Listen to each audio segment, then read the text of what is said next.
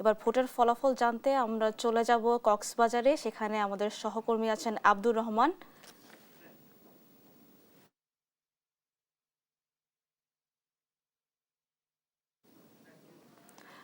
রহমান, ফলাফলের অবস্থা কি দেখছেন, জানাবেন আমাদের।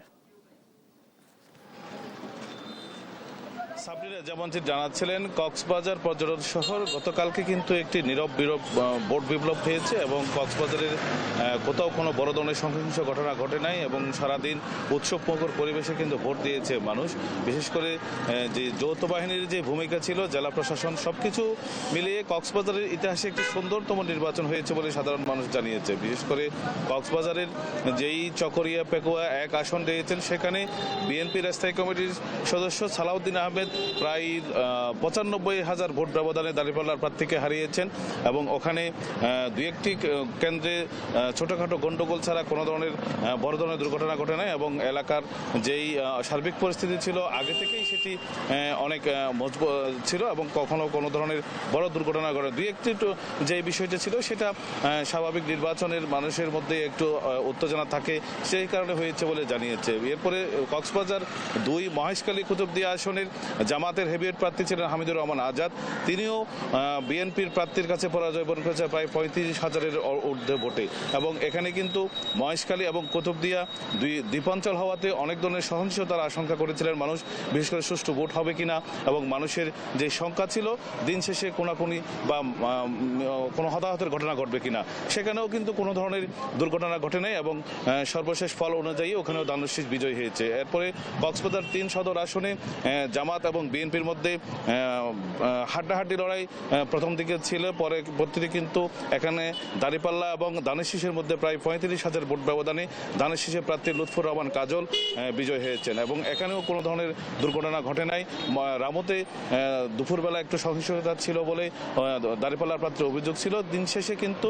ধানের শীষেই জয় হয়েছে। সবচেয়ে বড় আশ্চর্যের যে বিষয় সেটা হলো উখিয়া টেকনাফের ওখানে রয়েছেন জেলা জামাতের আমির নূর আহমদ আনোয়ারি এবং জেলা বিএনপির সভাপতি মোহাম্মদ শাহজাহান। তাদের মধ্যে তুমুল প্রতিদ্বন্দ্বিতা হয়েছে, একবার শাহজাহান চৌধুরী জিতে আরেকবার নূর আহমদ আনোয়ারি। এই মধ্যে সারা রাতের শেষে এখন পর্যন্ত যে খবরটি সেটি হলো ধানের শীষের প্রার্থী ৯০০ ভোটে এগিয়ে রয়েছেন এবং সর্বশেষ ফল অনুযায়ী কক্সবাজারে যে 4টি আসন রয়েছে সেই 4টি আসনেই কিন্তু বিএনপির ভূমিধস জয় হয়েছে এবং কক্সবাজারের যেই জরিপ এবং কক্সবাজারের মানুষের মধ্যে যেই উত্তেজনা এবং বিভিন্ন ধরনের যেই বাকবিতণ্ডা চলছিল, তুমুল ভোটযুদ্ধে চলছিল, সেখান থেকে কিন্তু ভিন্ন একটি রূপ দেখলো। এখানে অনেকে মনে করেছিলেন যে 4টি আসনে 2টি জামাত 2টি বিএনপি পাবে, কিন্তু দিন শেষে জনগণের ভোটেই রায় হলো যে 4টি আসনেই বিএনপি জিতে গেল এবং বিএনপির এই ভূমিধস বিজয়ের মধ্য দিয়ে পর্যটন নগরী কক্সবাজারের সার্বিক বিষয়, বিশেষ করে কক্সবাজার চট্টগ্রাম মহাসড়ক, কক্সবাজারের পর্যটন শিল্প, কক্সবাজারের লবণ, কক্সবাজারের চিংড়ি এবং সর্বোপরি কক্সবাজার যে রোহিঙ্গার যে বড় বিস্ফোরা রয়েছে, সেই রোহিঙ্গার বিস্ফোরাটি যেন একটি স্থায়ী সমাধান হয়। বিশেষ করে যেহেতু বিএনপির স্থায়ী কমিটির সদস্য সালাউদ্দিন আহমেদ উনি জাতীয়ভাবে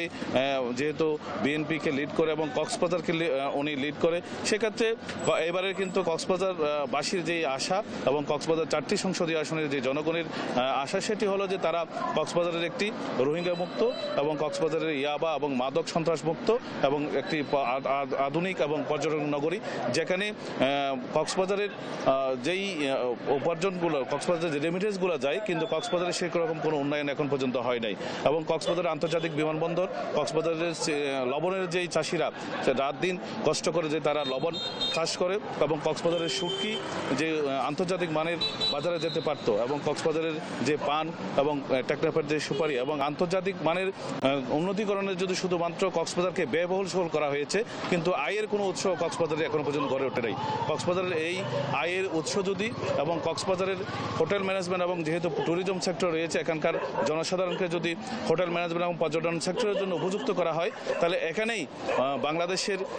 প্রায় 20 থেকে 25% মানুষের কর্মসংস্থান হবে এবং যেহেতু এখানকার প্রায় 450 রয়েছে এবং আরও ক্রমবর্ধমান শহর হিসেবে কক্সবাজার এগিয়ে যাচ্ছে এবং এই এগিয়ে যাওয়ার ক্ষেত্রে শিক্ষা দীক্ষা বিশেষ করে কক্সবাজারের একটি আন্তর্জাতিক বা কক্সবাজারের একটি পাবলিক বিশ্ববিদ্যালয় নাই এবং এখনো পর্যন্ত মেডিকেল স্বাস্থ্যসেবার যে একটি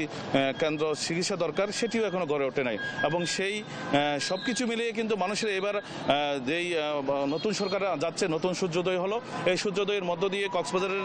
পর্যটন নগরীর উন্নয়ন হবে, মানুষের ভাগ্য উন্নয়ন হবে এবং কক্সবাজারের যে চাহিদাগুলো রয়েছে সেটা সকল কাজগুলো জনপ্রতিনিধিরা করবে এটাই আশা করে। কক্সবাজার থেকে এটাই ছিল সর্বশেষ। সাবরিনা।